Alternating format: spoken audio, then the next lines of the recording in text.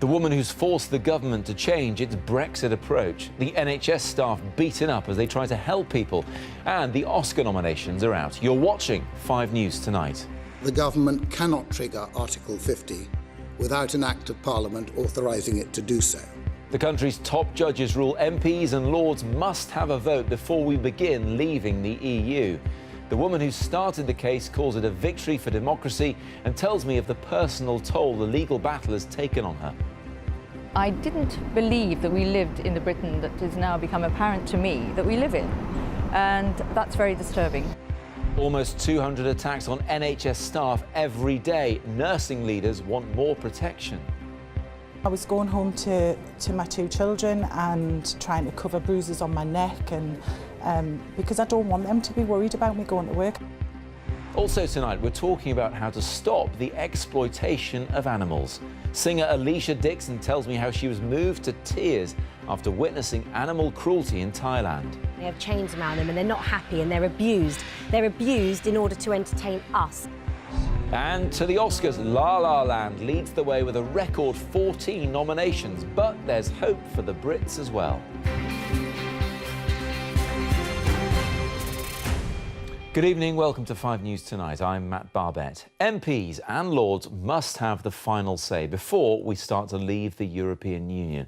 After 6 weeks of deliberations, the Supreme Court ruled that Theresa May alone does not have the power to trigger Article 50. It will be down to Parliament. Campaigners called that a victory for democracy, but the government is also being bullish, insisting it won't delay or disrupt plans to start leaving the European Union before the end of March. Our political editor Andy Bell has the story. All rise. The government had argued it had the power to begin the Brexit process alone. Today, the highest court in the land told them no. Today, by a majority of 8 to 3, the Supreme Court rules that the government cannot trigger Article 50 without an Act of Parliament authorising it to do so. For those who brought the case, a sweet victory. Only Parliament can grant rights to the British people, and only Parliament can take them away. No Prime Minister, no government can expect to be unanswerable or unchallenged. Parliament alone is sovereign. Outside the court, protesters, some happy, some not. Parliament had a vote as well, so they're now getting 2 votes while we only got 1. They voted to either stay in or come out. Now they're going to go and say what they want to say when they all club together. The case here at the Supreme Court was never about whether Britain should leave the EU or not. That has been decided by the referendum. But what the judges said was that because Brexit will change certain laws and legal rights, the people in Parliament will have to approve the process. The government's response, there'll be a straightforward bill within days to allow the triggering of Article 50. But there's a warning too. Parliament will rightly scrutinise and debate this legislation, but I trust no one will seek to make it a vehicle for attempts to thwart the will of the people or frustrate or delay the process of exit from the European Union. The Labour leadership says it won't block Article 50, but it will try and amend the bill to influence the terms of Brexit. We're going to hold them to account. We're going to hold them to account to protect jobs. We're going to hold them to account to make sure British industry does have market access, and we're not going to allow ourselves to become some kind of offshore tax haven. That's not what people voted for. Many Labour MPs, though, are getting ready to defy their leader and vote against starting the whole Brexit process. As far as I'm concerned, 75% of my constituents voted to remain, and I am here to represent their views. Do you see why people would say, well, this is exactly what we would expect, the establishment in the form of MPs trying to frustrate the will of the people?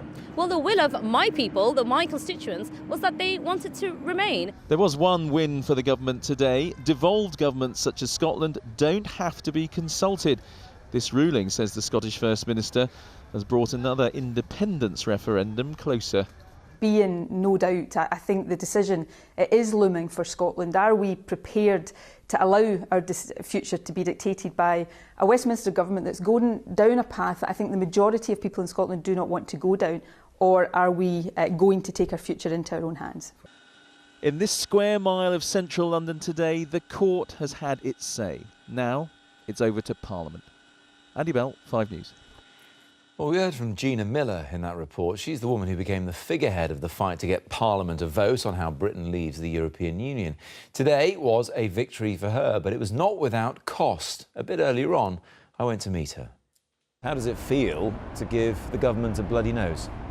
I don't view it as giving them a bloody nose. I view it as a celebration for our democracy and our constitution, the fact that all of us have a right to take a government to court if they think they're above the law. So in some ways it's not about Brexiteers and Remainers, it's about them going through the process properly as you see it, and as now the Supreme Court sees it. Oh, absolutely. If it was straightforward, we wouldn't have been in the Supreme Court. So it was a legitimate question to ask about where does prerogative powers begin and end. The Supreme Court have now ruled to say that only Parliament can take away people's rights. It's not up to a government to think that they can.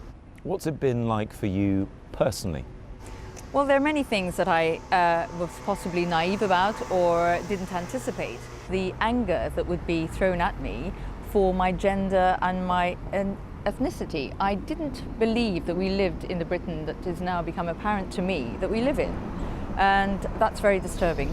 And as a result, you've got two security guards who are just behind our cameras here because of threats made against you. Can you just tell us about the need for having security and what kind of threats have been levelled at you to prompt that? Because the threats have not just been keyboard warriors, it's been letters, phone calls, emails, very personal. People taking the time to send those to me. It's the idea that as an ethnic woman, I'm not human, I'm a primate, so I should be hunted and beheaded, that I should be the second Joe Cox, that I, as a woman, I've obviously a woman with money, an ethnic woman, I've only made it being a prostitute, so therefore I should be gang raped. It's just been the most vile, despicable threats. How is it dealing with that? Because as you say, you're a busy working woman, you're also a mother and a wife, and you've got the rest of your life to get on with as well. Well, I had to just focus on why I was doing this and the principles behind why I was doing this. And I have to say I'm the sort of person that the more you bully me, the more I'll stand up. So the more I realised that it wasn't just a tiny element of our society, that there's something much more fundamental that's happened since Brexit. There's been a shift in our society. And I know that, not just because of my personal experience, but because of letters, heartbreaking letters and messages I've received about what people are going through. So I just felt I had to stand up. What kind of toll has it taken on you financially and also perhaps personally? Because fighting this has obviously taken you away from your children. You have a 20-something-year-old daughter who has learning difficulties. I mean, that's difficult for anybody to deal with at the best of times. So how has it had an impact in those areas of your life? I'm very tired, I have to say. It's been a huge juggle. I've been doing all the things I do. I've been running my business, my foundation, the children, but the biggest toll has been on them because it's changed our family life considerably in that they haven't had the freedoms. We haven't had the freedom to just be a normal family, to go out, use public transport, to go to the theatre, to go to the cinema, to go to restaurants, to just go out in public. Do you think you'll have your security guards indefinitely, or do you think you'll get your old life back at some point? I think I will. I mean, there have been the police have been extraordinarily supportive and helpful, but I think people forget about things and then it's the next thing in the news. So I think in time it will, but I think that there will be an element of which possibly will always have the views of me that they have, and that's their problem, not mine. Gina Miller talking to me in Westminster earlier on. Let's return there now. Our political editor, Andy Bell, is in Westminster for us. Andy, the government says it accepts that ruling from the Supreme Court today. So what's going to happen now? Well, Matt, we're expecting legislation to be introduced into Parliament perhaps as early as Thursday. The government will then push ahead to get it through the House of Commons and the House of Lords, certainly in time so that they can trigger Article 50 before the end of March, so sticking to Theresa May's timetable. And on the face of it, they probably have the numbers to do that, significantly because the Labour leadership is saying they're not going to try and block the actual timetable. But don't assume it's going to be plain sailing, because lots of people are going to try and put down amendments to change that legislation. We know that the Labour Party intend to do it. We know that the SNP, the Scottish National Party, are talking about 50 amendments. Again, on the face of it, the government should have the numbers to see those amendments off. But there's always the possibility that Theresa May could lose control of this process. Now it's gone to Parliament. Andy, thanks very much indeed. For more than 20 years, it's been a specific offence to attack an on-duty police officer in the UK. It's a law designed to give them vital extra protection. So should staff who work for the NHS be given the same support while dealing with the public? Let's have a look at what they face. In the last year, there were more than 70,000 assaults on NHS staff in England. That's 193 every single day. The majority were carried out by someone with a medical illness or a learning difficulty, or someone who was heavily medicated. But even when the perpetrator deliberately attacks staff, knowing what they're doing, they're rarely punished. In fact, only 1 in 10 of those cases ever leads to a criminal punishment. And that is what a petition with more than 100,000 signatures is trying to change. Peter Lane has been hearing from one paramedic who was attacked while doing her job. My name's Karen Gardner, I'm a paramedic. Over the years, I've been assaulted by a number of patients. On the worst occasion, a patient tried to strangle me, he kicked me and he damaged my shoulder so badly I required an operation. Hi, what's that?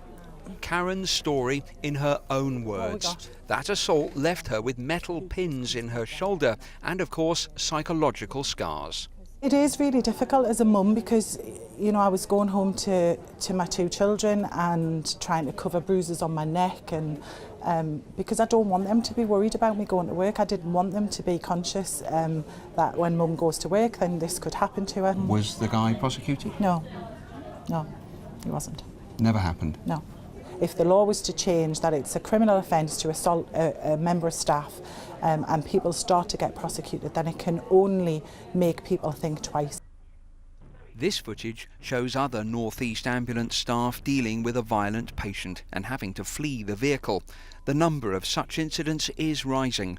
The call now is for a specific offence of assaulting medical staff like the one which already exists in Scotland. I think where somebody willfully assaults an NHS worker, I think there needs to be tougher criminal sanctions, and actually a specific law could send out a very strong deterrent message that actually it's unacceptable to assault an NHS worker. And, you know, we talk a lot about zero tolerance, but actually, you know, that's seen very much by nurses as rhetoric at the moment, so we need to have some substance behind that. A petition started at LBC Radio to change the law now has more than 100,000 signatures, so Parliament must consider debating it. A recent Channel 5 documentary highlighted the violence some hospital staff face. The Department of Health says more evidence is needed to show that a new specific criminal offence outside existing law would make a difference to the NHS. Peter Lane, 5 News.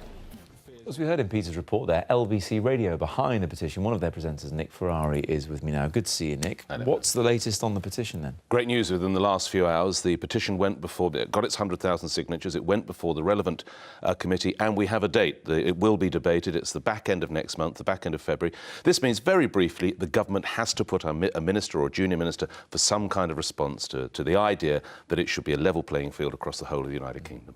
We've been hearing, of course, today with Brexit that the government and their ministers and junior ministers are so busy with that. Do you get the feeling that some other, perhaps important things are falling by the wayside because of this pressing issue of Brexit? Yeah, I think, but to me, and I've just watched the report, there's nothing more important than looking after those who care for us and showing we care for them. And what I find such a strange anomaly is in Scotland they are afforded the protection as if it's assaulting a police officer. Now, I'm not for 1 second pretending this will stop assaults. Unfortunately, I realise that I've never for 1 moment suggested that. What it will mean, it will allow the courts to treat with far greater severity those who are successfully convicted. So instead of a fine, you could well go down. But couldn't they do that under existing legislation? Assault on anybody is assault, of course. You can, but it's much less likely that you're actually going to serve time. And it's really trying to change the mindset, because people watching now, I'm sure they're not the sort who would get drunk and get a bit punchy on a Friday night, but when they see a copper walking in, I don't know about you when I was a lad, not that I ever got in pub fights, but you automatically calm down. Sadly now, because of the situation, because we have people with emotional health issues, because we have people who've been drinking too much, and Bernard Hogan-Howe, the Commissioner of the Metropolitan Police in London, has had reports of it. Sometimes those folk are treated worse than his own officers. We have to show that we care and we want to help them. I know you've spoken yourself to a lot of people on the front line in the NHS. Well, I can guess what the response has been to this. Oh, phenomenal. I mean, some of the stories, heartbreaking. A woman, a sexual assault, verging on rape. A young man who he said, the most amazing day. I saved a 90-year-old woman. I delivered a baby at lunchtime. That afternoon, I was pushed down a flight of stairs and I've broken both my wrists. I think I'll go and fix washing machines or become a plumber. The highs and lows of an incredible career. And those are the paramedics. Then you get in the hospitals as well with the doctors and the nurses and clinicians. Look, briefly, it's going to be debated, Nick. Are you confident that something will change here as a result of this? I'm hopeful. I won't say confident, I'm hopeful. It's a long way to go. What gives me great hope is that there's a lot of cross-party support. Credit to the Labour Party, credit to a lot of senior Conservative figures as well, and the leader of the Lib Dems. Let's just enjoy for the whole of the UK what they wisely have north of the border in Scotland. And thanks for plugging it as well. All the help. If you want to sign at lbc.co.uk, please do. The more signatures, the merrier. We aren't plugging it. We're just asking you questions. But thank you very much for coming in and answering those signatures them. going. Thanks, Matt. Nick. Thank you. A murder investigation is taking place after a 15-year-old boy was stabbed to death near a school in northwest London. The boy has been named locally as Kwamari Barnes. He was found with serious injuries in Willesden yesterday afternoon as pupils walked home. Another 15-year-old boy is being questioned by police. Rolf Harris's barrister has told the court that a jury which convicted him of indecent assault in 2014 got it wrong. The 86-year-old watched via video link from prison as his second trial for 8 further charges continues. He denies the allegations against him. And drivers who commit the most serious speeding offences are facing harsher penalties. New guidelines will allow magistrates in England and Wales to give drivers a fine worth at least 1.5 times their weekly income. It will come into effect in April. Still to come on 5 News Tonight. Alicia Dixon tells me how she was moved to tears by the animal suffering that she saw in Thailand. And... Well, I'm sorry, Sergeant. I can't touch a gun. You don't kill. No, sir. You know quite a bit. The war movie that may have rescued Mel Gibson's career. We look at this year's Oscar hopefuls. The stories and more coming up after the break.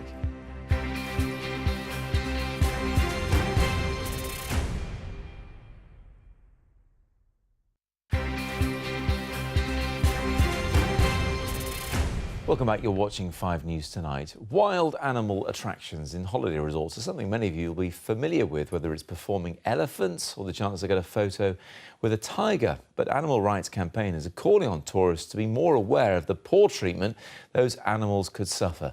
The charity World Animal Protection is being supported by singer Alicia Dixon, who's been to Thailand to see for herself the conditions that many performing animals have to endure. These beautiful animals are kept in tiny little pens and have no freedom and no life, and they have chains around them and they're not happy and they're abused. They're abused in order to entertain us, and that's wrong on every single level. Well, Alicia joined me here in the studio a bit earlier on, and she began by telling me more about some of the things that she saw. It was really heartbreaking. I felt my spirits were crushed during the time I spent in Thailand. I was there for 2 days. I went to some really bad venues and I witnessed abuse on so many levels that I feel so strongly about this campaign. And I really feel like collectively we can actually make a difference, and that's what really drove me. I had an experience in Thailand a few years back where I went to one of these venues innocently and didn't realise till I got there how bad it was, and vowed to never go back. You know, I saw elephants being made to play football, and you could almost see the blood on the forehead of the elephant where they have these metal hooks that they use. Now, for an elephant to perform, there is intense training that goes on, and they're often beaten, their spirits are crushed. You know, all these animals that are bred in captivity and they're taken away, the babies are taken away from their mothers. You know, the tigers, in order for you to have a selfie with a tiger is going to be beaten into submission. And essentially my kind of guideline for people is if you can ride it, hug it, or take a selfie with it, then the animal has probably been through some sort of abuse. So you went knowing that this kind of thing had Yes. gone on because you'd seen it previously. Mm-hmm. What were the people in the audience like? What were the people like who were having the selfies with the tiger cubs? Do you think they were aware of this being as wrong as it really is? I'm not sure, and that felt really strange, you know, during the orangutan show, where I felt like the orangutans were being sexualised and some of the orangutans were wearing bikinis and being made to twerk and do sexual movements. And I looked around and some of the audience were laughing, and so it was like they were being poked fun at, and that didn't sit right with me, and I'm trying to make sense of it. And, you know, on some level there's a disconnect, and I think it's it's educating people, because I think if they understand what goes on, then they would make better choices. And actually, I think that's all it is. People want to be close to animals because they love them so much. And they go to these venues because they're so impressed by them, but then they don't realise what that animal's had to suffer in order for them to entertain for profit. Were you surprised by your own emotional reaction to some of the things you saw? Yeah, I was really distressed and really angry and just want so much, obviously, for the venues to close down. But if that's not going to happen anytime soon, the best and next step forward would be to reduce the demand. And in some ways, just stopping it dead has knock-on consequences, like what would then happen to the animals. Right. The people who are doing this kind of thing perhaps don't realise just how cruel it is, and they need to have a livelihood as well. Absolutely. And so this is why I love World Animal Protection, because they work closely with venues and they help with the transition period. You know, they can not only help with the animals going into better places like sanctuaries, which is the best way. If you want to be close to an animal, go to a sanctuary, do your research, go on a safari and make sure that animal welfare is at the heart of it. World Animal Protection, they really help with that. Clearly, you're an animal lover, and plenty of people who watch Britain's Got Talent love seeing the animals perform on there. And they might be asking, well, what's the difference here? You know, are people who come on there vetted to see if they're looking after animals properly, that kind of thing? It's a really good question. This campaign is called Wildlife, Not Entertainers. Now, the thing with a dog, firstly, they're domestic animals. They choose to sit on our lap, they choose to be fussed with, they thrive on agility and they love it. In the wild, you would never be able to take a selfie with a tiger because you'd get eaten. You wouldn't be able to ride an elephant. So the abuse that goes on in order to achieve that, it's incomparable. And for me, at the heart of it, it's about compassion for an animal. And at the heart of it, you know, if the animal is enjoying it and they're loving it and they have a wonderful relationship with their owner, like a domesticated dog does, then that's fine. But when it's a wild animal that's being abused for our entertainment, for profit, it's unacceptable. Alicia, many thanks indeed. Lovely to see you. Thank you for having me. Next, last year's scandal overshadowed celebrations at the Oscars when, for the second year running, no black actor was up for a major award. Well, it appears that has now been put right, with Hollywood praising the diversity of this year's lineup. British star and Best Supporting Actress hopeful Naomie Harris has told us it's fantastic and not before time. Minnie Stevenson looks at the contenders for the biggest awards. In La La Land, living the American dream is everything. The film an all-singing, all-dancing ode to Hollywood. So perhaps unsurprising that in real life La La Land today, the Academy nominated the film for 14 Oscars, more than any other musical in history. Ain't about just one group on the silver screen. And after outrage and protests in Los Angeles last year, when not a single black or ethnic minority star was nominated in any of the major acting categories, it appears the Academy have listened, with non-white actors being recognised across the board. Why you didn't come home like you're supposed to?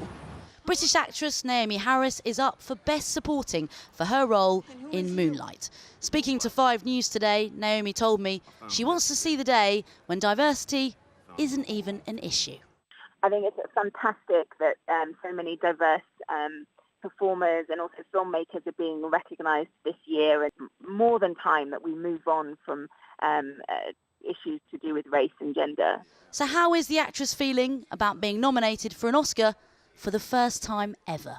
I was with my mum, and I was watching like all the nominations come in, and it just got all a bit too much for me. Because of the anticipation, and so I actually switched the whole thing off, and I was trying to pretend it wasn't happening, and then my brother called me and said, "You've been nominated." This is my favourite place in the whole world. And there is no other woman on the planet who knows the Oscars red carpet better than Meryl Streep. Today, the actress Donald Trump recently called overrated broke all records by being nominated for the 20th time for her role in Florence Foster Jenkins. As for our British boys, Dev Patel has earned his first ever Oscar nomination for playing a young man separated from his family in India in the movie Lion. How every day my real brother screams my name. Success too for Andrew Garfield, nominated for Best Actor in the World War II film Hacksaw Ridge. The movie even earned its director, Mel Gibson, his first Oscar nomination since Braveheart over 20 years ago. But in terms of the big film of the night, critics say La La Land will clean up. It has this incredible pizzazz about it. It has some of the biggest stars that are out there at the moment, and it almost has this directing prodigy in Damien Chazelle. So in terms of something that the Academy could completely lap up, La La Land is probably the film in which they'll enjoy the most. Well, we'll have to wait until Oscars night on February the 26th to see whether Hollywood does indeed vote for Hollywood. Minnie Stevenson, 5 News. Let's get the thoughts now of film critic Mark Ecclestone, who's an expert on all things movies. A quick word about La La Land, because it feels like we've talked about it to death, but you can't ignore the fact that 14 nominations is an equal record. Yes. I believe. I haven't seen it. Is it really deserving of that many nods? I mean, I think it's wonderful. It's just the antidote you need since last year, basically. But it's a very slight movie, and it is surprising that it is actually breaking records with Titanic and All About Eve in 1950. And it is splitting opinions as well. Some people say it's just not big enough for a musical. It's too low-key. They can't really dance and sing. And it's just, in the end, about two quite dull people. No, I mean, that's what people are saying. I, as I say, absolutely loved it. It's getting nominations, though, because it celebrates the dreaming of Hollywood. And that's what the Oscars are all about. And its young director is up for best. It's Damien Chazelle. Damien Chazelle, who also did Whiplash, which I really enjoyed. Was a better maybe film. I should get round to seeing La La Land after all. Someone else who's going to be competing against him for best director is Mel Gibson for Hacksaw Ridge. So let's have a quick look at that, and we'll talk about it in a moment. I always dreamed about being a doctor, but didn't get much school. I can't stay here while all them go fight for me. But you figure this war is just going to fit in with your ideas? Looks, at first glance, a fairly standard war movie, but Andrew Garfield, who plays the lead, is also up for Best Actor as well, one of our British hopes. But this is Mel Gibson, sort of coming out of the cold in Hollywood a bit. I mean, amazing that he's been forgiven for some of the things he's said, racist and anti-Semitic remarks in Hollywood. It's absolutely extraordinary. He hasn't directed something for 10 years, which is Apocalypto in 2006, and has found here an astonishing story. It's technically brilliantly put together. It's a true story as well, isn't it? And it's a true story about a World War II medic who refused to carry a weapon because of religious beliefs. I mean, this is perfect Gibson material, basically, and he does a very good job with it, whatever you think of him. We mentioned Andrew Garfield, a British hope there. Dev Patel has been nominated for his role in Lion, and also Naomi Harris in Moonlight. Let's have a very quick look at that now. Why you didn't come home like you're supposed to? Huh? And who is you? Nobody. Naomi, a good bet to win that? I think you'd have to look to something like Viola Davis for another film called Fences with Denzel Washington. But great to see her being nominated here. And really, there are 6 actors or actors of colour here. So this whole Oscar so white thing is not really going to be an issue anymore. I think the pendulum is just swung by coincidence back. Very quick mention about Donald Trump's least favourite actress, Meryl Streep, getting a record number of nominations herself as well. Yes, 20. Unlikely to win, but this is for Florence Foster Jenkins, a rather lovely British film that should have given Hugh Grant a nomination as well. But it is lovely to see something like that, light and sweet and very British, that's flying the flag. Mark, many thanks indeed. Thank you. Look forward to the actual awards. That's it from us for now, though. We'll see you again tomorrow. Bye-bye.